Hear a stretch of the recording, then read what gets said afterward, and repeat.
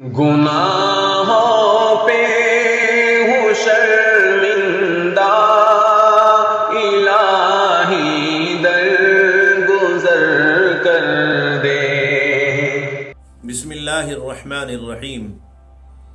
صرف 5 منٹ کا مدرسہ قرآن اور حدیث کی روشنی میں سبق نمبر 39 یعنی کہ 9 صفر المظفر کا سبق آپ حضرات کی خدمت میں حاضر ہے۔ السلام علیکم ورحمۃ اللہ وبرکاتہ۔ سبق شروع کرنے سے پہلے درود پاک کا نذرانہ پیش فرما دیں۔ اللہم صلی علی محمد وعلی آل محمد کما صلیت علی ابراہیم وعلی آل ابراہیم انک حمید مجید۔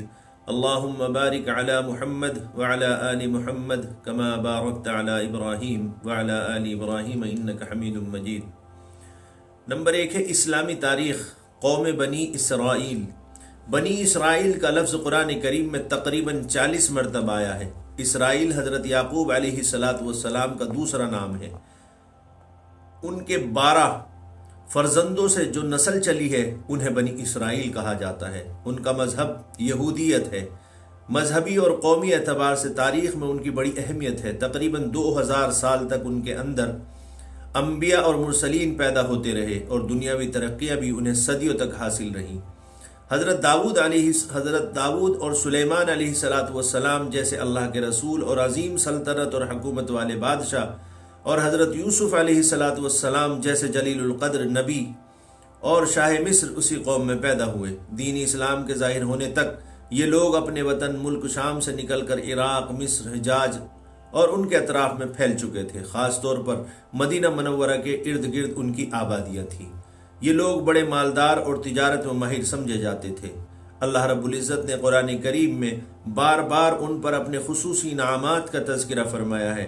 ساتھ ہی ان کی بدعمالی، بدعہدی، مسلمانوں اور اللہ کے پیغمبروں کے ساتھ ان کی بدسلوکی اور دوسری بہت سی خرابیوں کا بھی ذکر کیا ہے اور انہیں اپنی حالت درست کرنے کا حکم دیا ہے۔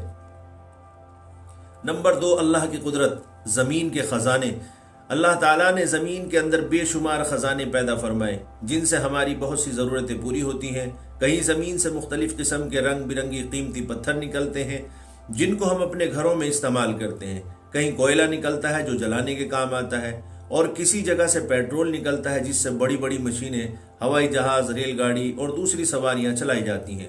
اور اسی زمین میں سے سونا چاندی بھی نکلتا ہے جن سے زیب و زینت کے لیے قیمتی زیور بنایا جاتا ہے، اور پھل فروخت پھل فروٹ پیدا کیے جو انسانی جسم کو طاقت بخشتے ہیں۔ زمین کے اندر اتنے سارے خزانوں کا پیدا کرنے والا کون ہے؟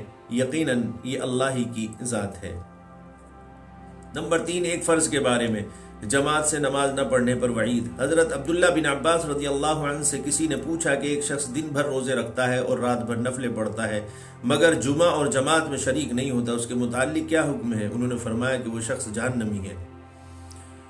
یہ حدیث ترمذی شریف میں 218 پر موجود ہے۔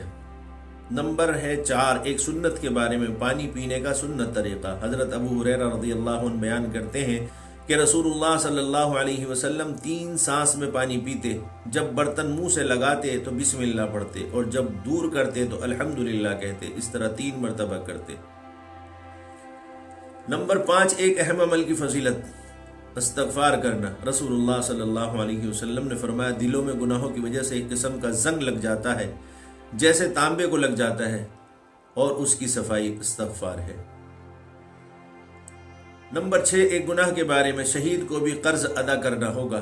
رسول اللہ صلی اللہ علیہ وسلم نے فرمایا اس ذات کی قسم جس کے قبضے میں محمد کی جان ہے صلی اللہ علیہ وسلم، اگر کوئی شخص اللہ کی راہ میں مارا گیا پھر کچھ دیر زندہ رہا اور قرض نہ اتارا تو جنت میں داخل نہیں ہوگا جب تک کہ اپنا قرضہ نہ اتارے۔ یہ حدیث مستدرک حاکم میں 2212 پر موجود ہے اور اس کے راوی حضرت عبداللہ رضی اللہ تعالی عنہ ہے۔ نمبر 7 دنیا کے بارے میں۔ دنیا سے محبت آخرت کی بربادی۔ رسول اللہ صلی اللہ علیہ وسلم نے فرمایا جس نے اپنی دنیا سے محبت کی اس نے اپنی آخرت کا نقصان کیا، اور جس نے آخرت سے محبت کی اس نے اپنی دنیا کا نقصان کیا۔ تو تم لوگ باقی رہنے والی آخرت کو ختم ہونے والی دنیا پر ترجیح دو۔ یہ حدیث مسند احمد میں 19,199 پر موجود ہے اور اس کے راوی حضرت ابو موسیٰ رضی اللہ تعالی عنہ ہیں۔ نمبر 8، آخرت کے بارے میں اللہ کے ولی کی کامیابی۔ قرآن میں اللہ تعالیٰ فرماتا ہے، سن لو جو لوگ خدا کے دوست ہیں ان کو نہ کسی قسم کا خوف ہوگا اور نہ وہ غمگین ہوں گے۔ یہ وہ لوگ ہیں جو ایمان لائے اور گناہوں سے بچتے رہے، ان کے لیے دنیا اور آخرت کی زندگی میں خوشخبری ہے۔ قرآن کریم کی سورہ یونس آیت نمبر 62، 63 اور 64 کا ترجمہ ہے۔ نمبر 9، طب نبوی سے علاج، زہر اور جادو سے حفاظت۔ رسول اللہ صلی اللہ علیہ وسلم نے فرمایا، جو شخص صبح صبح بغیر کچھ کھائے پیے مدینے کی 7 عجوہ کھجوریں استعمال کر لے، اس کو نہ تو اس دن زہر سے نقصان ہوگا اور نہ جادو کا اثر ہوگا۔ یہ حدیث بخاری شریف میں 5769 پر موجود ہے اور اس کے راوی حضرت سعد رضی اللہ عنہ ہے۔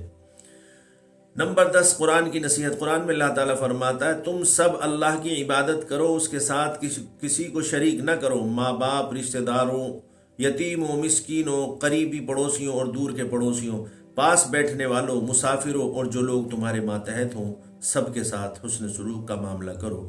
قرآن کریم کی سورہ نساء آیت نمبر 36 کا یہ ترجمہ ہے۔ اللہ تعالیٰ سے دعا ہے کہ اللہ مجھے بھی اور آپ کو بھی عمل کی توفیق مرحمت فرمائے۔ السلام علیکم ورحمۃ اللہ وبرکاتہ۔